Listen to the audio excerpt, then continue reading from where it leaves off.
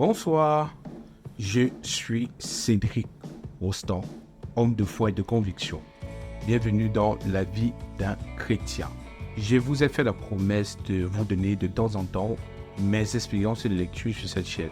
Aujourd'hui, je vais vous apporter quelques petits extraits qui m'ont inspiré à faire cette vidéo. C'est dans le livre de Réfléchir et devenir riche de Napoléon Hill. J'y arrive. Dans ce livre, il y a une partie qui parle de la transmutation sexuelle. La transmutation sexuelle, comme le dit si bien le mot transmuter, c'est transformation. C'est la transformation de l'énergie sexuelle à une autre forme d'énergie. Vous savez, l'énergie sexuelle est la plus grosse forme d'énergie qui existe au monde, car c'est l'énergie créatrice. C'est grâce à cette énergie qu'on peut avoir un enfant. C'est grâce aussi à cette énergie qu'on peut stabiliser sa santé physique, mentale, voire spirituelle. Et c'est aussi grâce à cette énergie qu'on peut passer de médiocre à génie. Comment ça se fait? Juste grâce à la volonté. Pour que la transmutation sexuelle soit parfaitement effective, il faut absolument une certaine contenance sexuelle. Il faut essayer au maximum de contenir ses émotions sexuelles.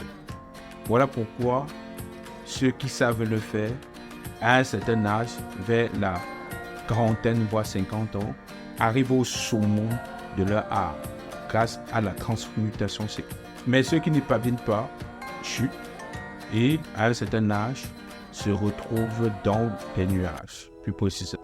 Donc cette vidéo vise à proposer cet élément pour inviter le maximum de personnes à se contenir sexuellement. Et s'ils décident de passer à l'acte sexuel, que ce soit dans un cadre beaucoup plus conventionnel et normalisé avec sa partenaire sexuelle. Donc voilà pourquoi je vous propose cet élément.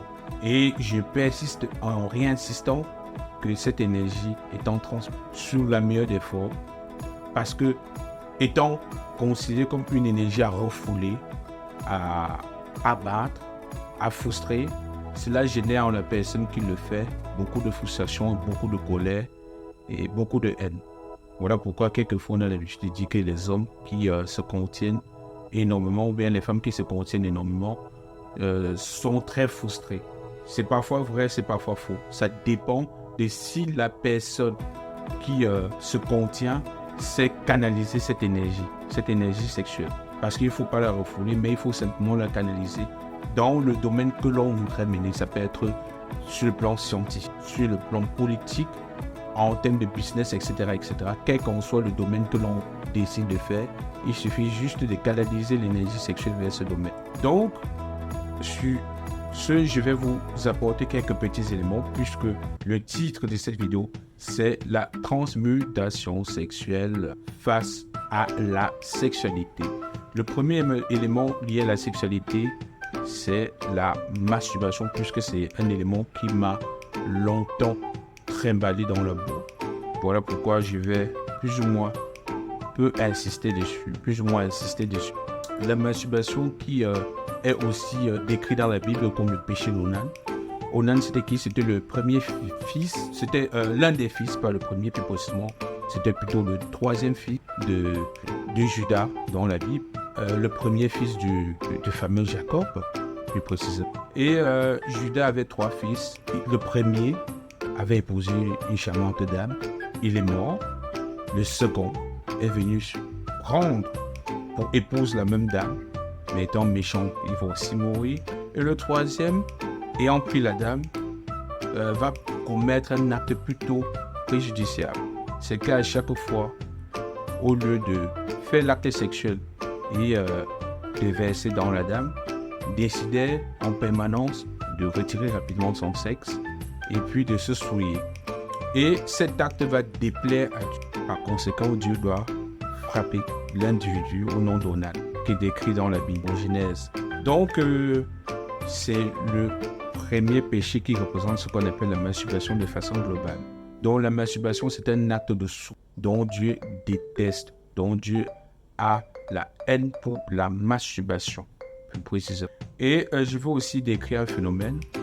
Le second phénomène dont je vais décrire, c'est la pornographie. Environ 47% des éléments proposés sur le net sont des éléments à caractère porno. Et il y a aussi environ 70% qui sont des éléments à caractère sexuel. Voilà pourquoi, plus précisément, pour éviter de tomber, de sombrer dans la pornographie aussi, j'ai décidé de bloquer pratiquement mes téléphones portables des sites à caractère sexuel.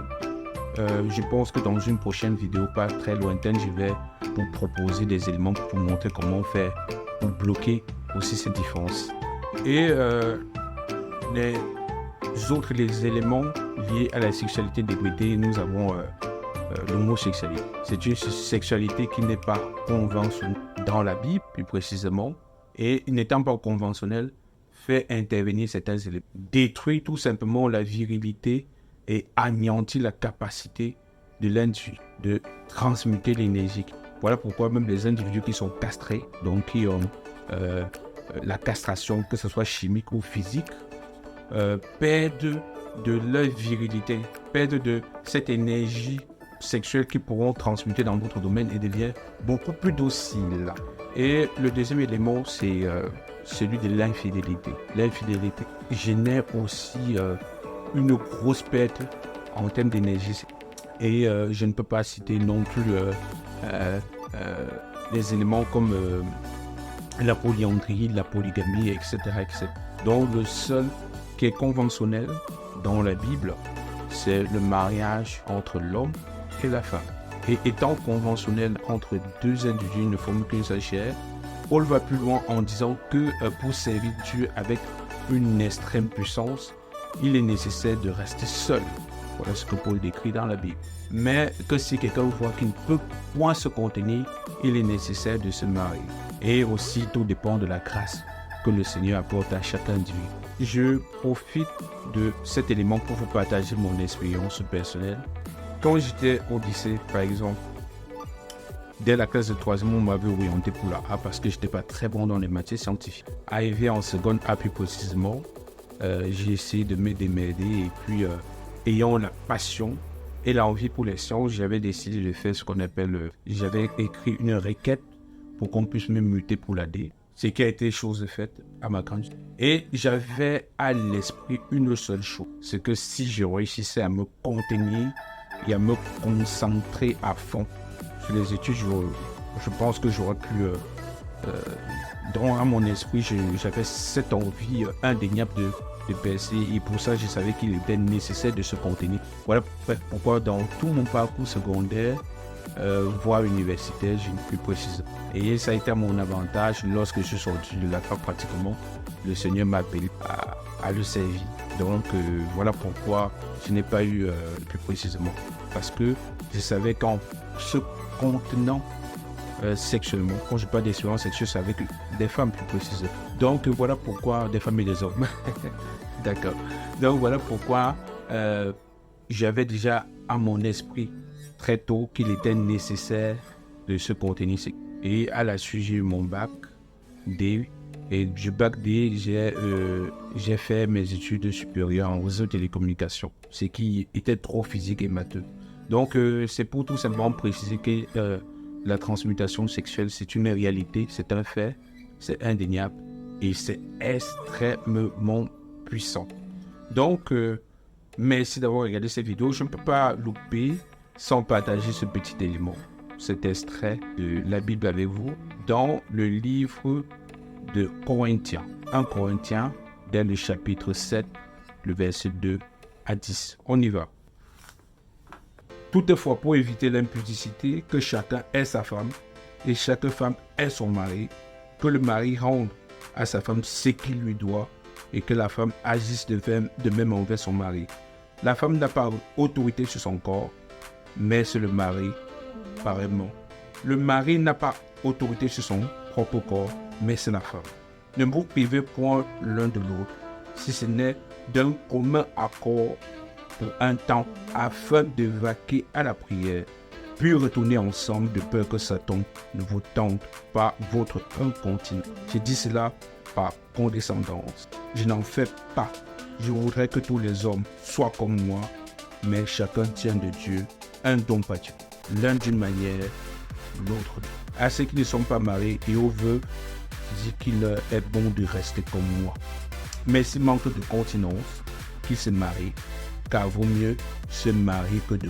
À ceux qui sont mariés, j'ordonne non pas moi, mais le Seigneur, que la femme ne se sépare point de son mari.